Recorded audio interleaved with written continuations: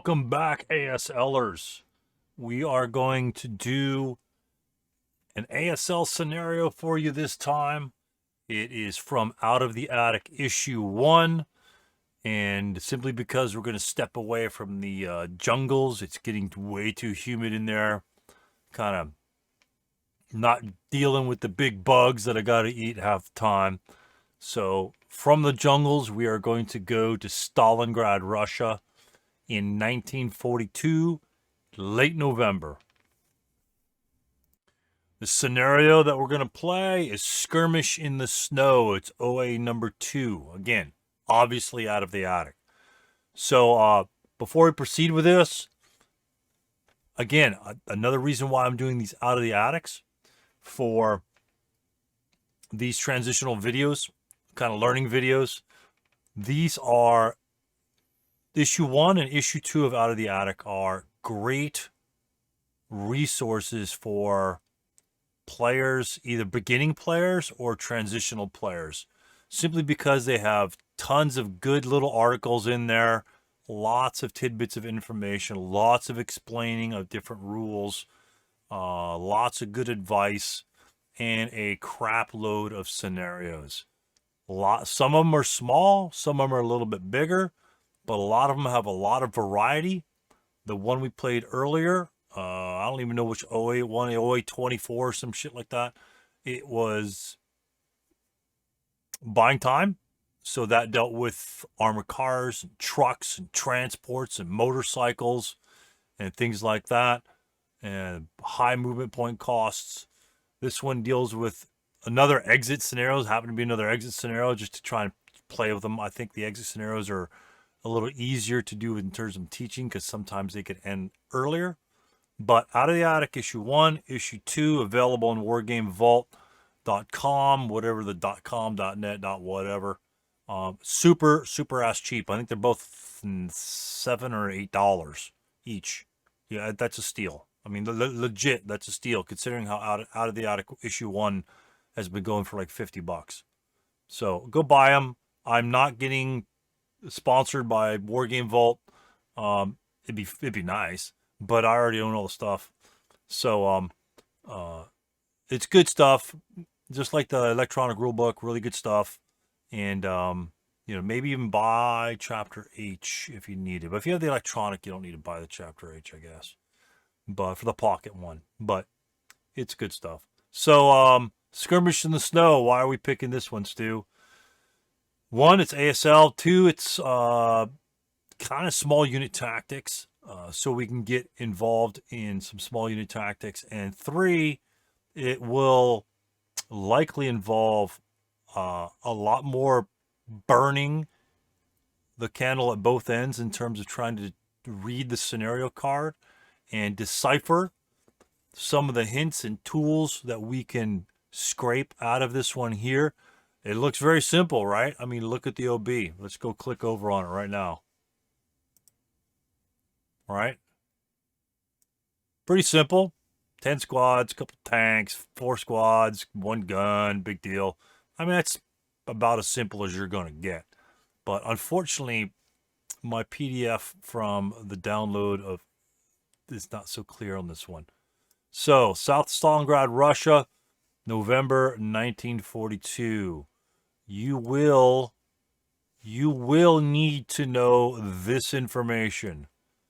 Literally, other than the title, we don't really care about the scenario number. Other than the title, this is the first thing you should be looking at in your scenario. First thing, I don't care. You could ignore it before in all the starter kit stuff. Honestly, you could just about ignore it unless it was like 45 or 44. Those are about the only dates a starter kit player would really need to know about. And you can tell me why in the comments, why you would need to know about those dates. 1942 is very important. For why? Why would that be important? Let's scroll down. Let's take a look what's going on here. Why would that be important? 1942. And what type of leaders do we have? 8-0. Don't care about the 9-1. 8-0, the first thing you should look at, especially if you play the Russians, is the date of the scenario. The date of the scenario will tell you whether or not you can substitute one or more of your leaders for commissars. And taking a look at the victory conditions, if I can align them properly, the Russians win immediately. It's all blurry.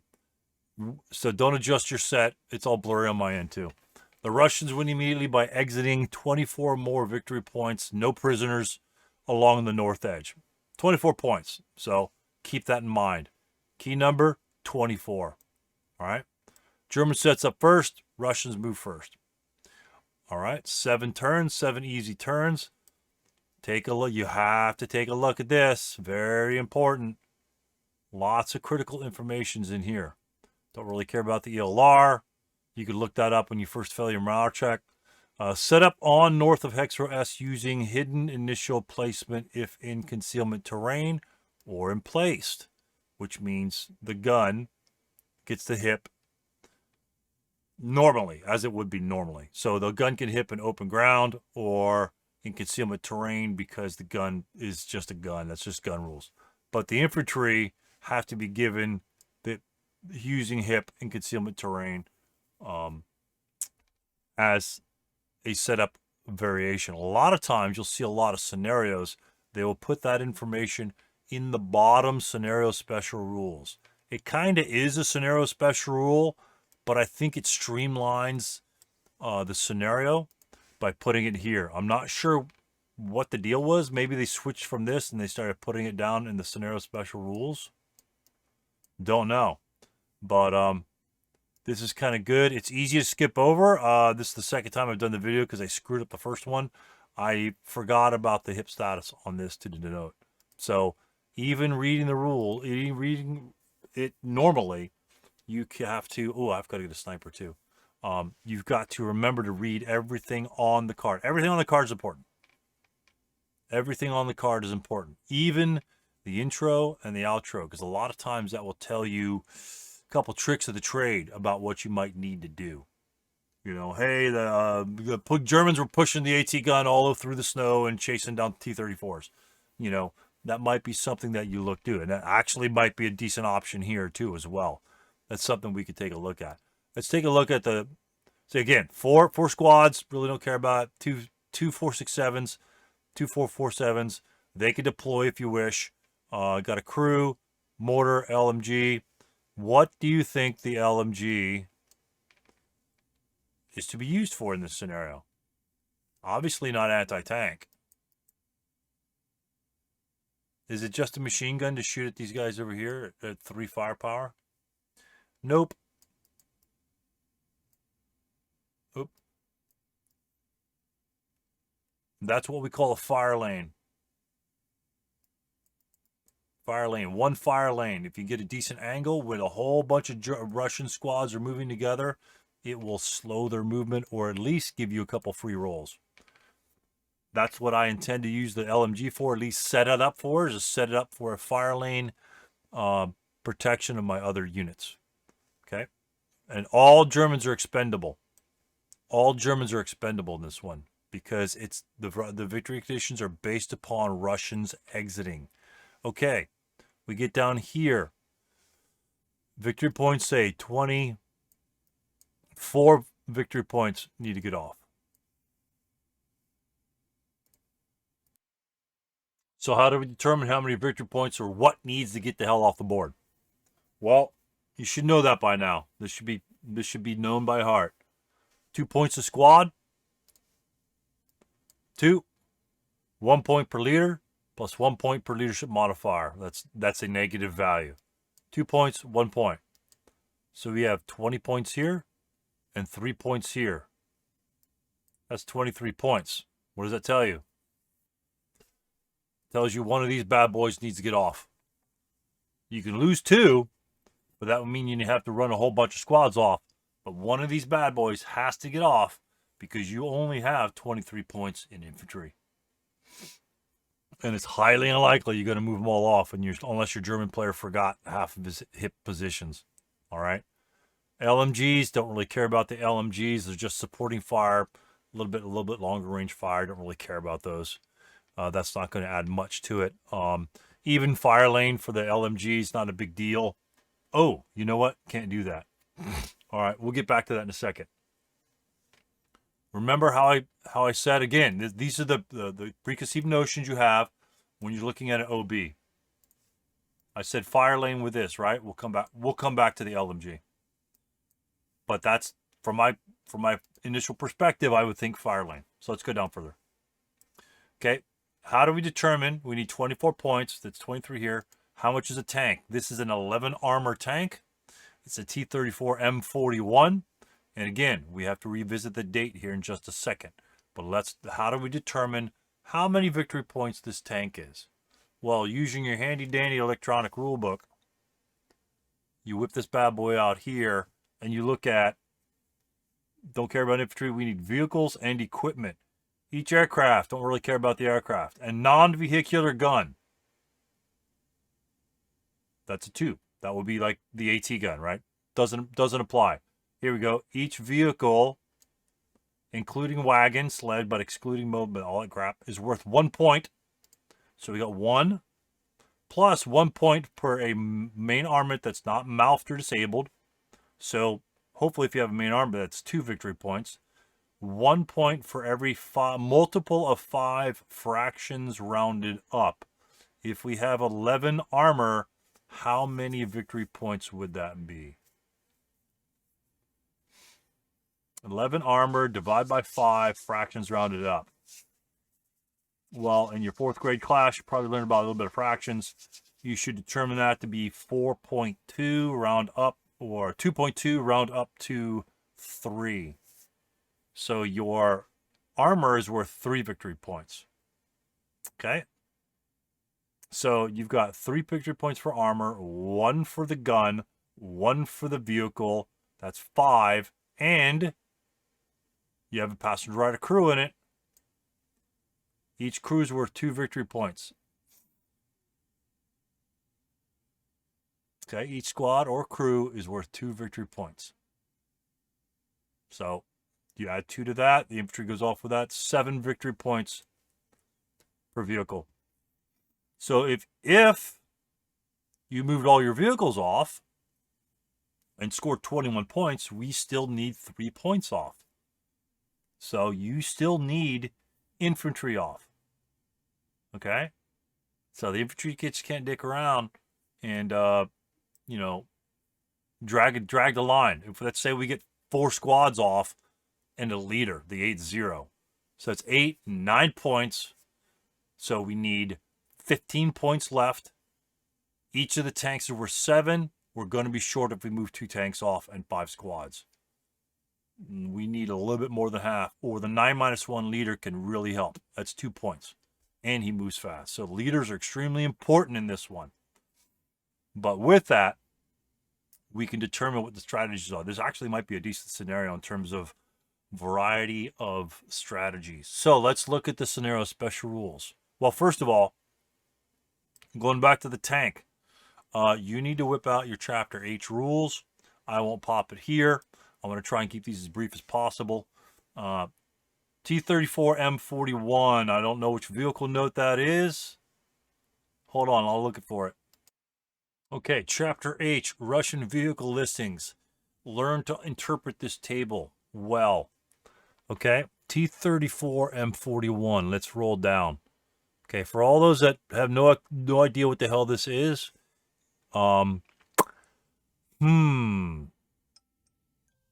yep, you need to wake up. T-34 M41 down here. You need to look at these charts every single time you have a vehicle until you know them by heart. You will learn that part quite quickly. Okay, first things first. The zoom's might be difficult in this one here because the PDF is kind of garbage. Let me look at some more. Let me look at another zoom. Home, zoom, 400. All right, here we go. All right, T-34 M41. What the hell does this mean? R star, radio, star. I could tell you that star means it has a radio beginning in 1943, which means our vehicles are radio-less.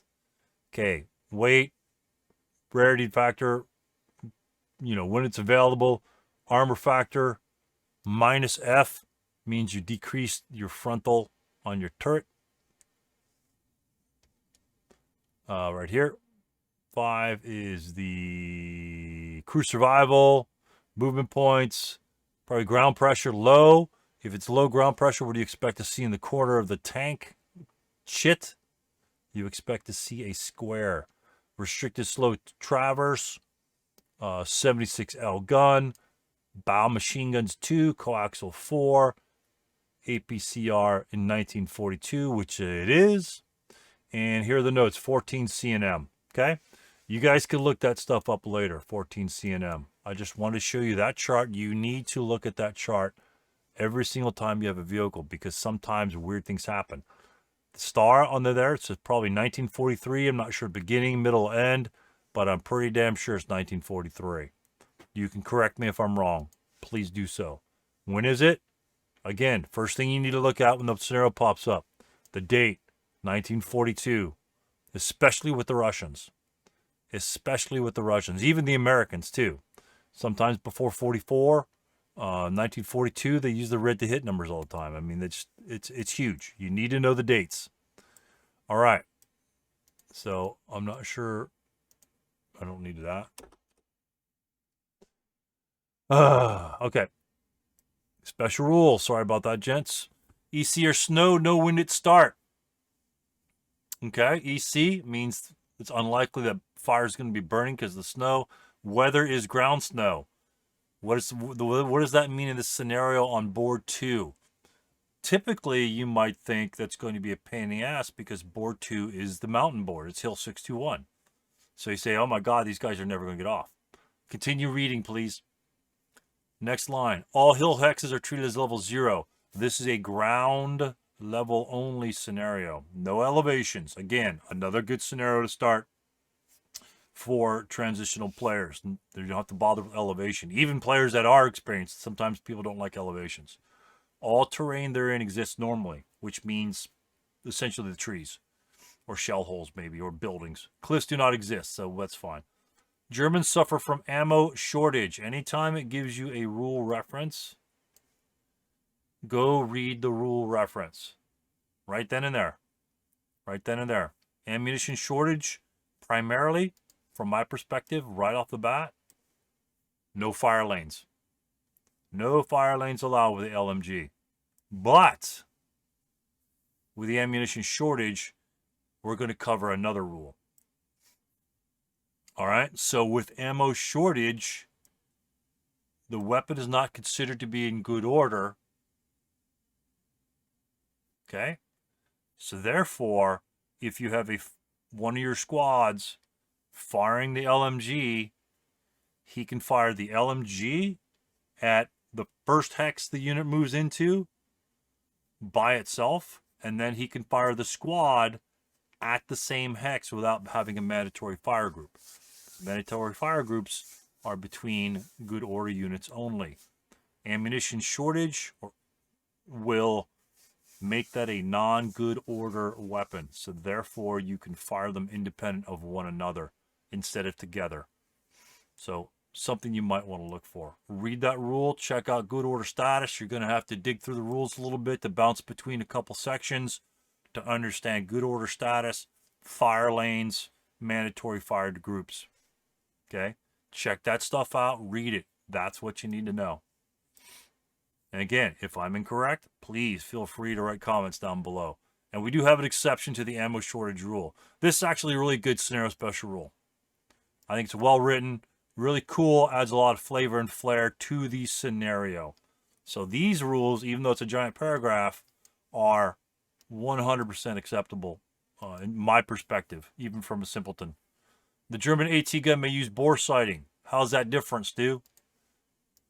Because bore sighting is usually not allowed when the enemy's set up on the board. And for those astute, the Russians set up on board on the same board like hex row S or W or something like that.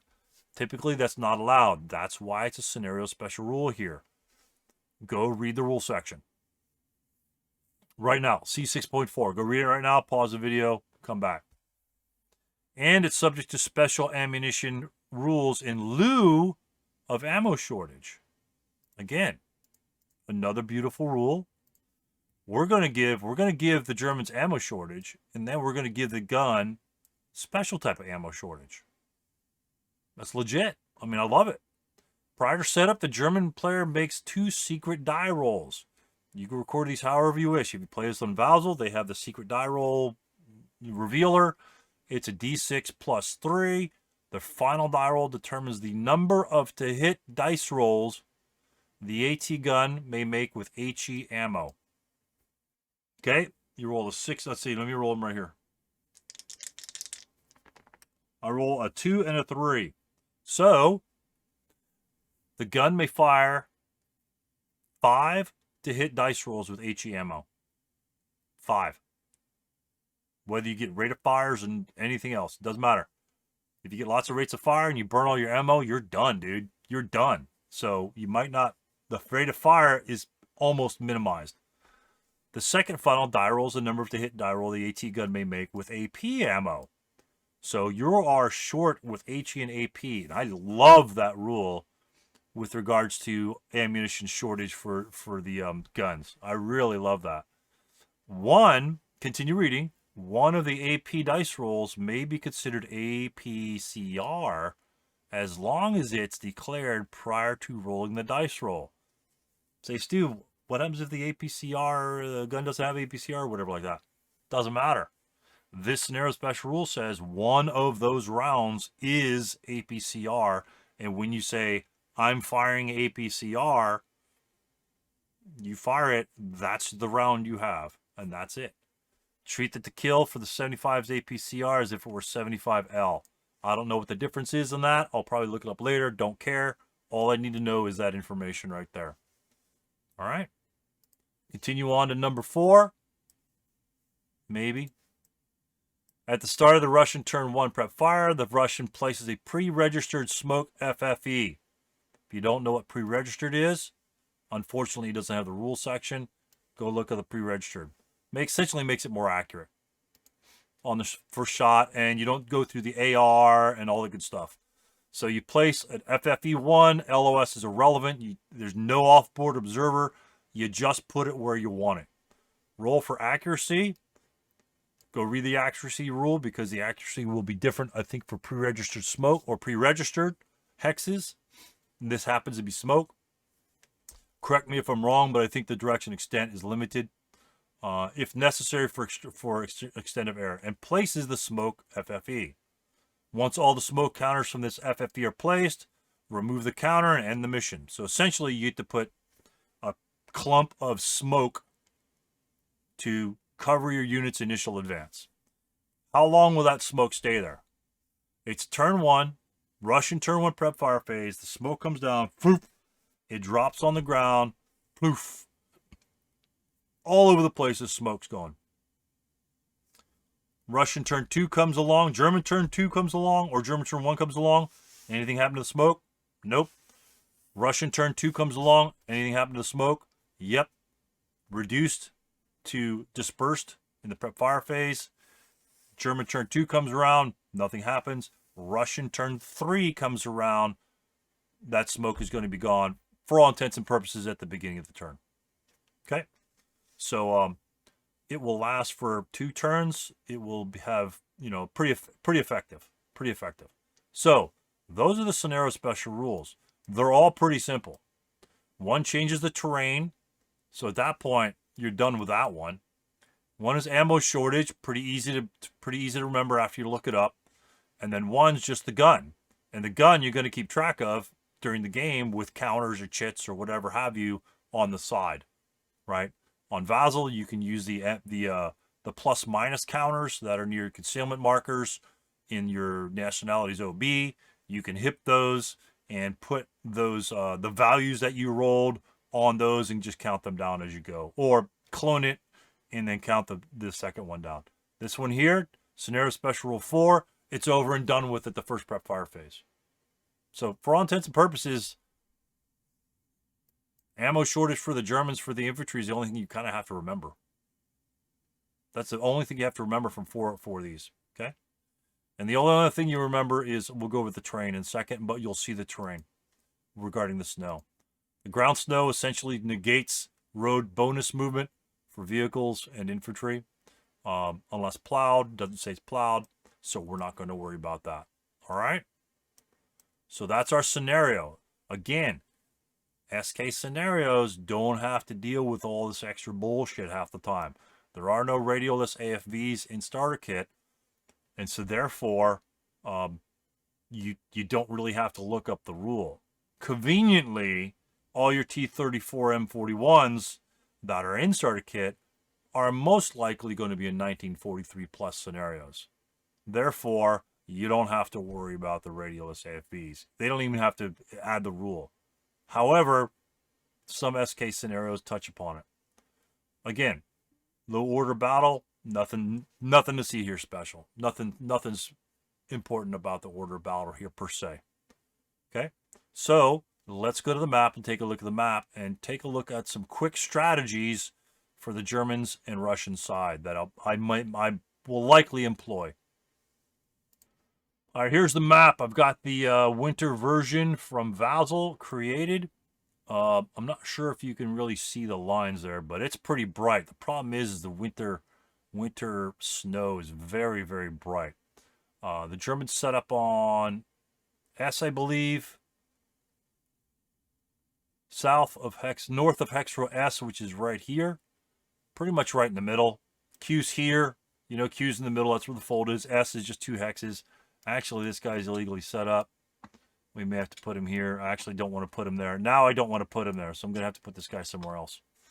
So the general idea here, and I will probably rearrange it, is the Germans, taking it from their perspective, you need to know simply because they need to get the tanks off and some infantry. So we need to look at what's going on. Do you want to protect the gun? Do you want to attack the infantry? Do you want to just destroy the tanks? Maybe you get a tank. If you get one tank, then he's got to get the infantry off, which means the tanks probably have to stick around to help the infantry get off.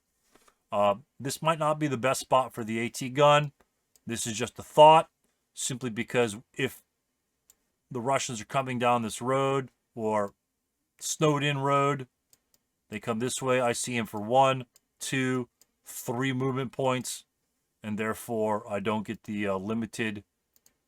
3 you might get the limited, I'm not sure, I'd have to look it up. Therefore it minimizes the limited firing thing. Same thing on the right hand side. If he's coming across this way, it's done.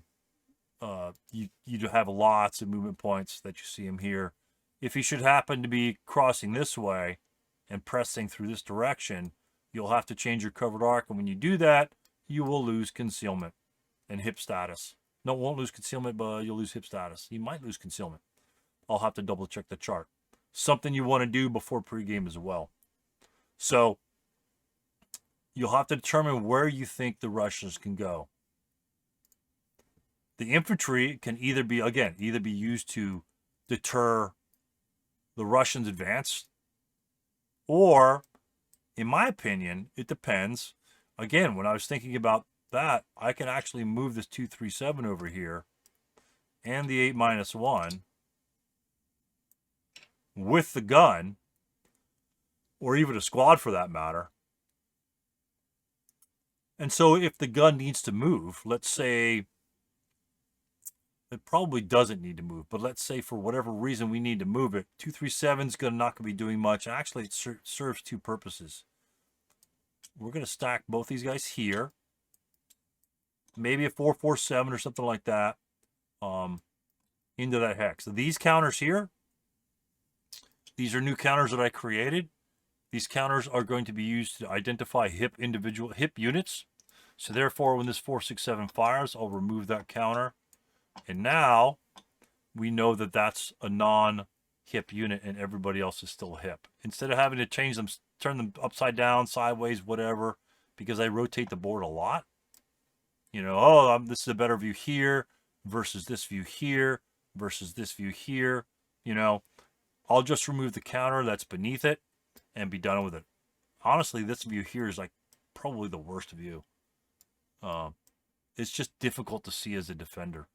I'd rather see it as the attacker. But the leader and the half squad can help push this gun around. It has an M of 8. This gun is actually not the correct gun. This one should have a breakdown of 11. We don't have the chit yet. And it does not have a size modifier. It is a normal sized piece of equipment. So these guys are going to be hip with the gun. Maybe in that location. I'm not a big fan of putting it in woods because if you have to spin to turn, you're not going to hit anything. He might be better served just sitting in the open or behind the wall, or you actually don't even need to be behind the wall. But just somewhere. I mean, the wall might be good. You'd have a... Unfortunately, he can come around this way, and as soon as he sees you, you're going to lose hip status. So we'll think about that. Right now, we're going to leave it there. But when the Russians are moving forward, you know, however fast they want to move, you know, we might want to try and stop them with the tools that we have. The LMG, unfortunately, cannot do any fire lanes, which was the plan. And so in that case, this plan is going to change over here because I don't need the leader with the LMG. Normally, I would put the leader with the LMG to prevent it from cowering because it's the only fire lane weapon I have. Now it's simply just essentially a fire and forget. So this leads me to believe that your defense should be centered around your AT gun.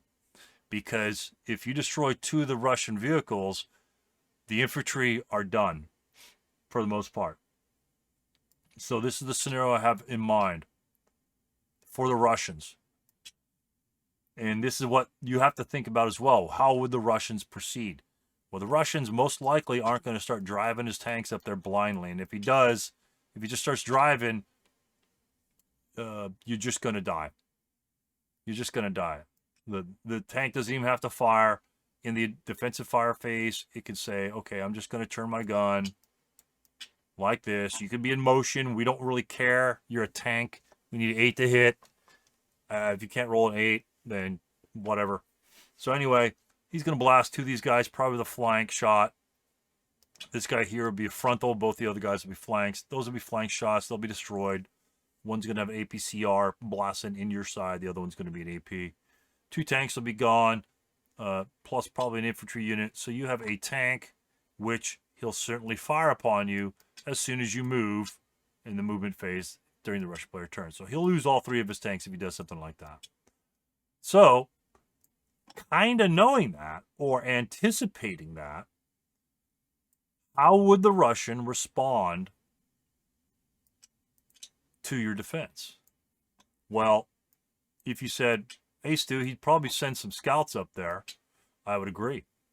And that's why we have the mortar. Let me move the tanks back here. That's why we have the mortar here. Because the mortar at that location can hit just about every single woods hex. That's going to be a point, jumping off point. He could hit all 3 of these. He could hit this one, hit that one, hit this one, and this one. Cover over here a little bit. Don't really need to worry about that because this guy might have it covered. Right, with his 2 individual shots, even in the same hex, he could fire twice. This guy's got it covered on the left-hand side. So what he'll be doing is he'll be sending us some infantry up as scouts. Maybe 2 guys, you know, 1 guy in the middle, 1 guy kind of coming up there, you know, trying to touchy-feely where this guy can be. Remember, 7 turns, we'll have to see how long the Russians can deal with 7 turns. So as soon as he's up here scouting stuff out, right, because you don't have a lot of squads, if he jumps out here and say this squad fires, he becomes known. So what happens? This tank that moves up here simply fires on this unit until it breaks. Right, because they'll probably be together. They'll be in decent strategic positions. Firing them with your machine guns until they break. Once they break, most likely they will not be rallied because you only have 2 leaders and you have a lot of open ground in which to try and rally those units. So this guy will simply break and probably route back. And then recover in a 2-player turns and then reposition. But at that time, it may be too late. So that's the kind of plan. I'm expecting the Russians to send some scouts out initially And then what else do I expect the Russians to do? You got an 8-1, probably going to be dealing with these guys here, probably kill stack. We can get away with a kill stack with the Russians. Why can we get away with a kill stack with the Russians in this one? Because the Germans really don't have anything unless they move all their units together. And the rest of these units, even this little baby unit here, how many of these units do you think we have? Again, that's looking at the OB. How many Russian units are in the OB? 10. You have 10 and an 8-0 leader and a 9-1. I think it's a 9-1. The 9-1's probably going to be used for rallying in this one here. I have an 8-1. I'm going to have to switch this to a 9-1 because I don't know what I'm doing. There we go. All right, 9-1 kill stack. 2, 3, 4, 5. That happens to leave that many. Say we're assault move advance phasing and we get like to a point like right here. We assault move, advance phase, spread them all out. You know, maybe 2 per hex. Or what you can do, more importantly, is the trick that I like to pull, is the 3-2-1 stacking. So the 3-2-1 stacking, actually you could do it with these guys as well. The 3-2-1 stacking is pretty good for what reason? Well, if you have 3-2-1, you have an average of 2 multi-man counters per hex. And you have a leader somewhere in that row. He might be stacked with the 1 back here. Right? At that point, he's kind of concealing what he could do, which would be a human wave. So when one unit pops up, say this unit fires on something, they either combine for fire group and defensive fire against him later on, try and break him. Or, once they see an enemy unit, they rush to the destination. As long as the leader doesn't die, and again, the German, in his best interest, should target the leader to stop the human waves from continuing during the game. And, of course, the rally and the mobility. So that happens there. The 9-1 might see some engagement here. You might have an assault move advance phase, or what the Russians can do is come up here, park these units at this location, right? If he doesn't get shot at by an AT gun, it's probably not there. And then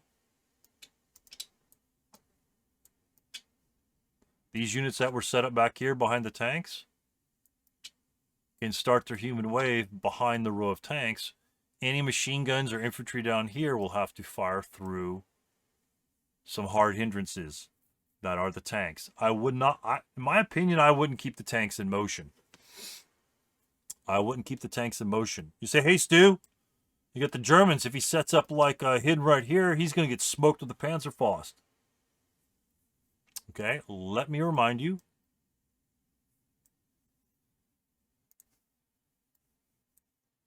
Go check the Panzerfaust rules and apply that date to the Panzerfaust rules. No Panzerfausts. So, knowing that there's no Panzerfausts, your defense should adjust accordingly. You're probably not going to stopgap it to shoot for the tanks that are coming by with the 1 hex shooting range of the Panzerfaust. Like right here, here, here. You're gapping all the tanks. Doesn't matter in this scenario. You're not going to get a Panzerfaust shot out. So the only thing that's really going to help you is the AT gun and the mortar versus the armor. If you don't know how the mortar destroys armor, go check that out. Go check that out right now. Very important. Read that paragraph 3 or 4 times. I think there's an example as well. And the sooner you learn how mortars can destroy armor, especially big time armor, then the better off you'll be. And the fewer times you'll stop dropping these mortars because they're too heavy. Okay? Keep your mortars with you. Keep them with you. So, the concept of the Russians moving, blocking, and stopping, so next turn we could perhaps conduct a human wave, of course you could probably stop after the Germans have revealed themselves. All right, he gets revealed shooting at these guys. These guys are back here. They move up into position. The tank, well, they move up into position. The tanks move up here. Stop. We see our target for next turn, whether he's broken or not, and we go towards him. Rinse, repeat. You could take 6. You could take 5. You could take whatever you need to take. But in this one here, you've got 2 scouts. You've got 6 human wave units. And you've got, quote, the kill stack, which is an 8 firepower out to 6 range, which is pretty good in this one. For all intents and purposes, the 9-1, if he assault moves and Van faces here, his 6 range is just about as good as range as all the Germans. So it's a pretty effective unit right there. So that's what we're looking at with that. You could armored assault 1 stack with the tanks as well, and you can also human wave under the tanks using platoon movement, but that's a bit risky. So using the concept of scouts and human waving anything in your way to just simply annihilate them, because you will enter the location. If you break, you don't care. You have an 8-1 leader to rally them, hopefully by the time your rally phase shows up. And then rinse, repeat. When the big gun shows up, when these guys are moving forward, and the big gun says, okay, he's going to reveal, and again, this deals with the German defenses, you might want to switch your defense to strictly support the gun.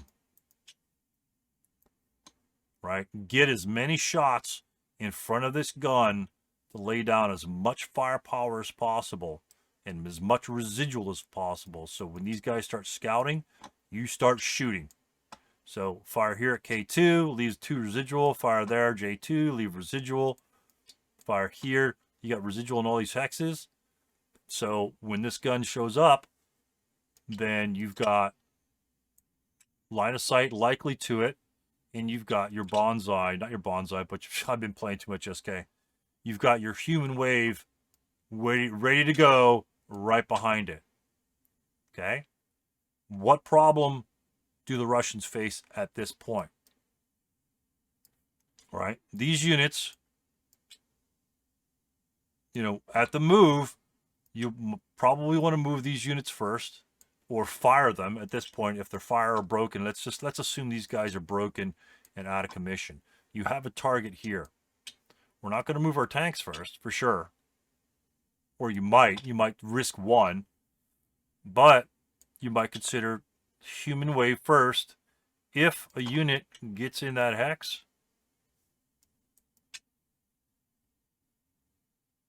the tanks are off the board. Okay? So start 1, 2, 3, 4, 5, 6. I don't care about the Germans. They have no Panzerfaust. 7, 8, 9, 10, 11, 12, 17, 13, 14, 15, 16, 17. They're gone. Okay?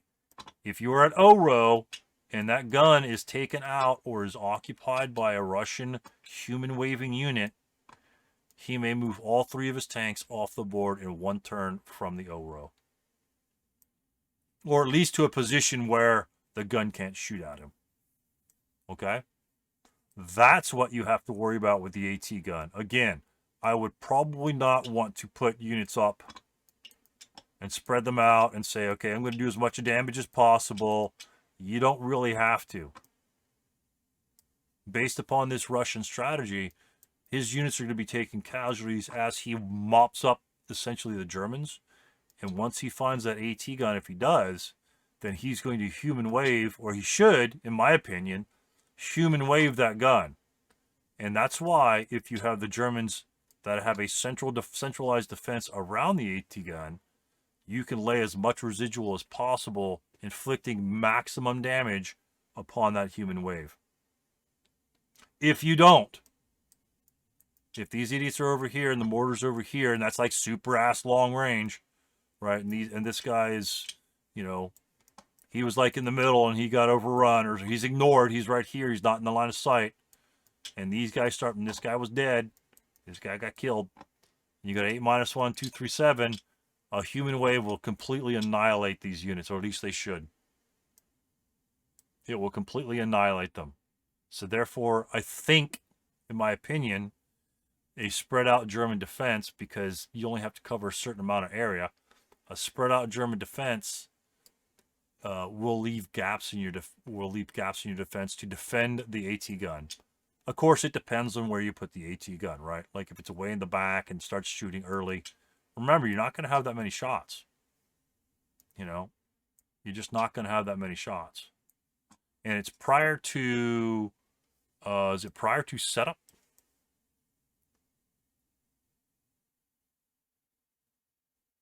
Prior to setup. So before you set up, you know how many rounds you have. If you have a whole ton of rounds, you could put them probably further back. If you don't have a lot of rounds, it doesn't really matter where you put them at that point. You just maybe if you don't have a lot of rounds, maybe put the gun up there early. That's what I probably would do. If you don't have a lot of rounds, you're not going to be around for very long anyway. Hell, at that point, you know, put that gun right here. When he drives up here to block, you've got 4 AP rounds. You're firing them all within one game turn. Pow, pow, pow, pow. That's it. You're one and done. The game's going to be decided upon that factor. You know, if you have lots of ammo, you could afford to take more shots and therefore be further back in your defense, in my opinion. That may change. Again, it may change. But based upon, that's what I intend the Russians to do, is send out scouts, then human wave, scout, human wave, scout, human wave. Not human wave everything, because you need the human wave to when the gun shows up.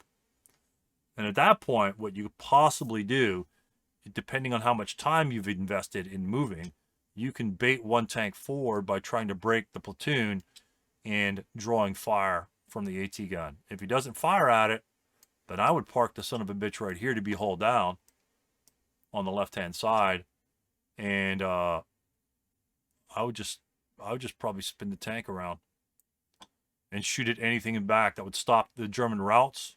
That would stop a lot of things if he lets the one go through, which could be a tactical choice of the German player. Again, the OB is very simple. Not a lot of bling in this one, people. Not a lot of bling, but tons of strategy. I'd love to see some Valzel replays, log files uploaded to ASL Scenario Archive on this one. I think it would be exciting. It would get newer players involved in the different strategies and setups and see how it plays. And I think that would be pretty cool. And we'll go over the uploading the Valzel log after we're done with this one here. So that's what I have for you. That's my initial take on this scenario. You've got 10 Russians. As soon as I see 10 Russians, I say, how can I get a human wave off? Can I get a human wave off, and where can it be? And why? Is it useful? Right? Just don't human wave to human wave. Is it useful, and how to time it? You need to learn how to set up a human wave so you don't get annihilated. And it's very easy to start a human wave, but if you get if you don't select your target specifically with lots of other things in mind in terms of how much firepower he can bring to bear, then your human wave will fail and you just lose the game by botching your human wave, right? Their 8 morale will carry them through the wave most of the time and onto their targets. They will not have a lot of targets because simply the German OB is just not that thick. It's pretty sparse, just like their ammo shortage, right? So that's what I have for you guys today.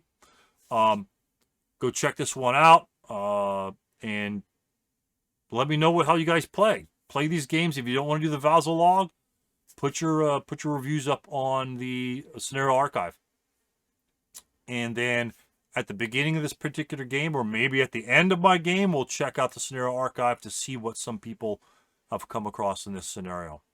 So it should be pretty interesting. ASL, it's going to be ASL all the way. Got machine guns, got bypass movement. You've got snipers, which I don't have on here yet. You'll have snipers. and lots of other good stuff. You have rates of fire. You've got ammo shortage. You got all, some smoke barrage. I didn't even take the smoke barrage into account. So good stuff, interesting stuff, and some things to think about. Some things to think about. Enjoy your day and get those counters out. Start pushing some counters around and go pick up those out of the attics. Guaranteed. $20. You've got 50 scenarios and probably about 15 or so articles. Good stuff. Maybe not 15, but 10. If you get 5 per, it's a good stuff. That's a no-brainer pickup in my opinion. Even if you already have it, it's easier to read. If it's digital, I always read it much more often than if it's just manual, because sometimes I can't find the damn thing. So, all right. Thank you, gentlemen. Have a great day.